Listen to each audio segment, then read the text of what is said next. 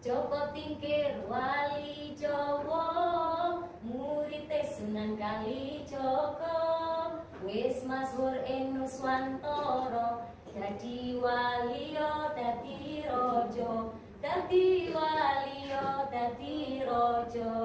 Salatullah salamullah ala toha rasulillah, salatullah salamullah ala yasin habibillah, ala yasin habibillah.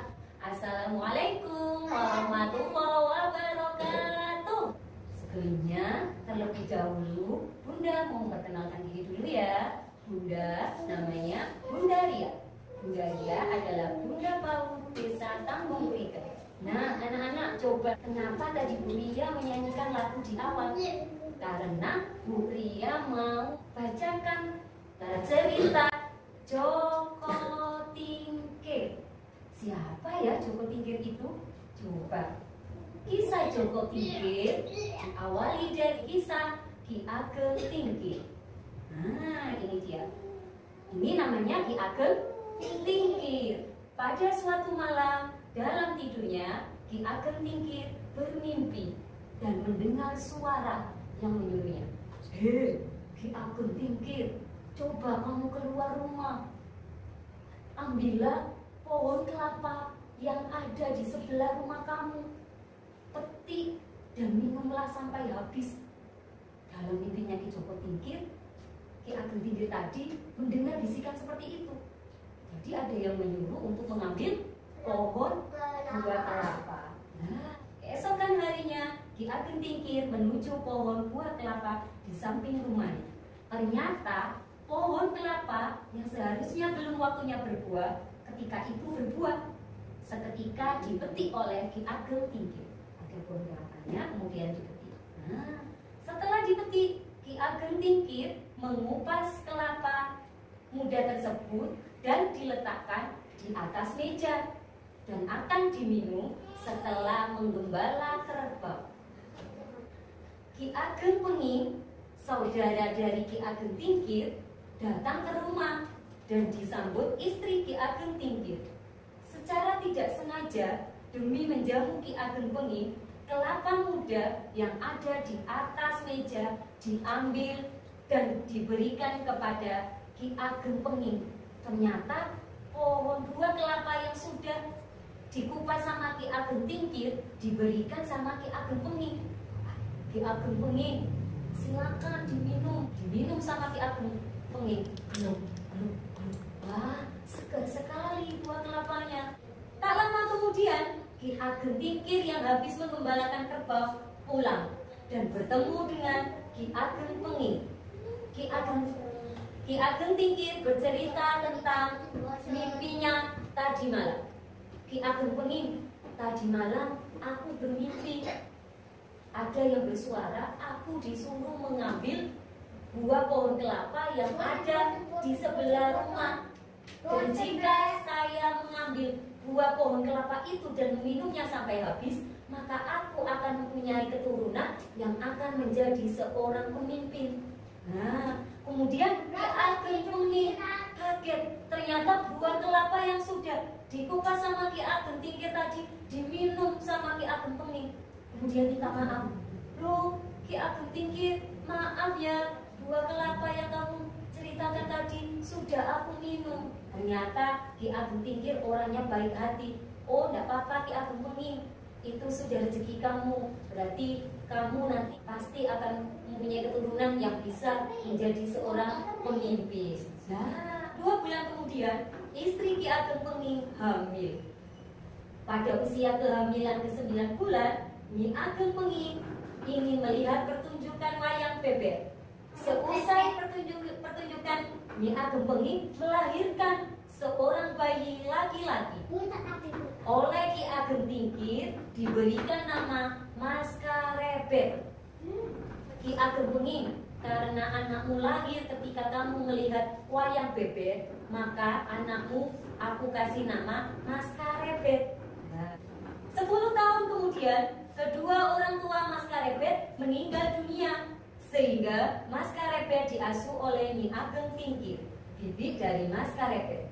Dalam asuhan Nyi Ageng Tingkir, Mas Karepet tumbuh menjadi sosok yang gagah dan pandai.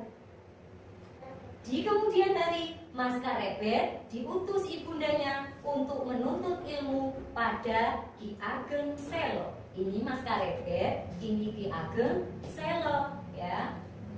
Selama belajar dan menuntut ilmu, Mas Karepet dengan baik menerima segala macam ilmu. Karena hal tersebut dan Mas Karepet berasal dari desa Tingkir, Ki Ageng Selo memberikan julukan nama Joko Tingkir, yaitu seorang laki-laki yang pandai dan cerdas yang berasal dari desa Tingkir. Setelah belajar beberapa tahun dengan Ki Ageng Selo, beliau mengutus Joko Tingkir untuk mengabdikan diri dengan ilmu yang sudah didapat ke Kesultanan Demak. Sebelum berangkat, Joko Tingkir tidak lupa meminta doa ke Nyi Ageng Tingkir, yakni ibu angkatnya. Ibu, saya disuruh untuk mengabdi ke Kesultanan. Sebelum saya pergi, saya meminta doanya Bu, biar saya nantinya di sana berhasil dan menjadi orang yang sukses. Selama di Kesultanan Demak, Joko Tingkir terlihat pandai dan berperilaku baik, sehingga Joko Tingkir diangkat sebagai panglima.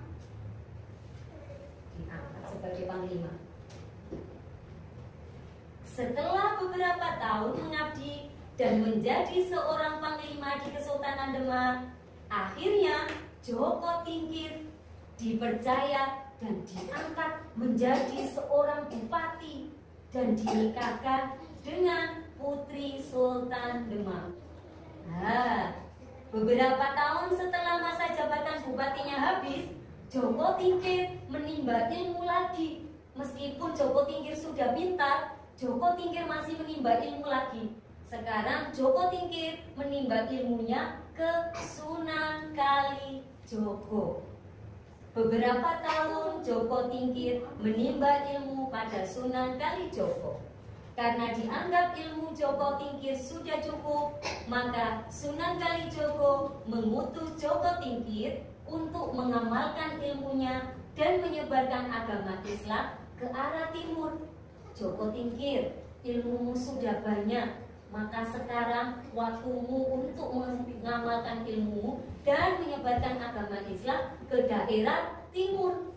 Tempat singgahan pertama Joko Tingkir adalah Madura. Tepatnya adalah di kota Sumenep. Nah, beberapa tahun kemudian Joko Tingkir ingin kembali mengabdikan diri di Kerajaan Pajang.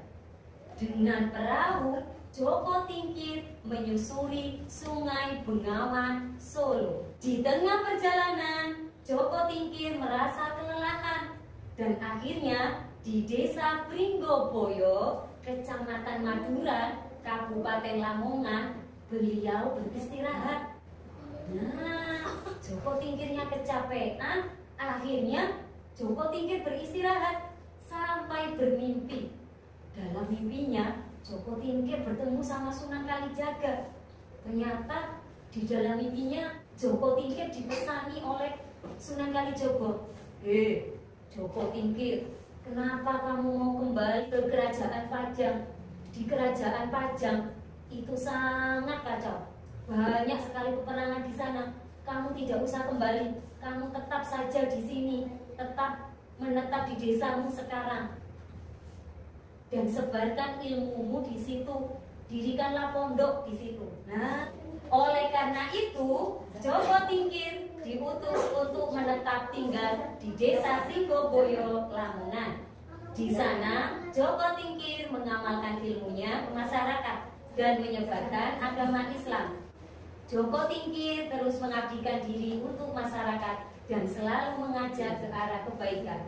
Hal itu dilakukan secara terus-menerus hingga akhirnya beliau wafat. Selesai ceritanya. Anak-anak tahu tidak, Joko Tingkir ini adalah seseorang yang sangat dibanggakan oleh kita semua, apalagi desa warga Kabupaten Lamongan. Kenapa? Karena Joko Tingkir ini diabadikan sebagai maskotnya orang Lamongan, yakni Persela. Makanya Joko Tingkir anak-anak tahu di mana? Di Desa Ringgoboyo, Kecamatan Madura, Kabupaten Lamongan.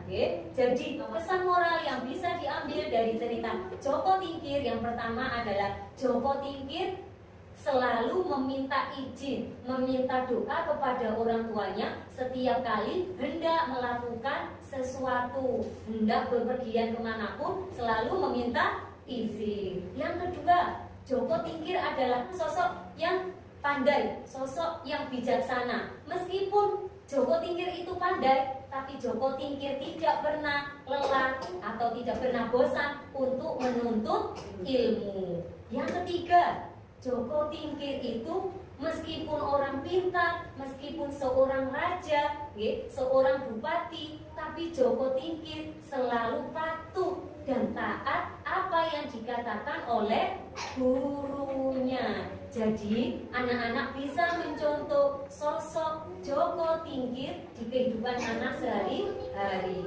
Terima kasih anak-anak yang sudah memperhatikan Bunda Lia bercerita. Mudah-mudahan apa yang Bunda Lia sampaikan bisa anak-anak bawa ketika nanti di rumah ya. Cukup sekian dari Bunda Lia. Kurang lebihnya Bunda Lia mohon maaf. Bunda Lia akhiri. Wassalamualaikum warahmatullahi wabarakatuh.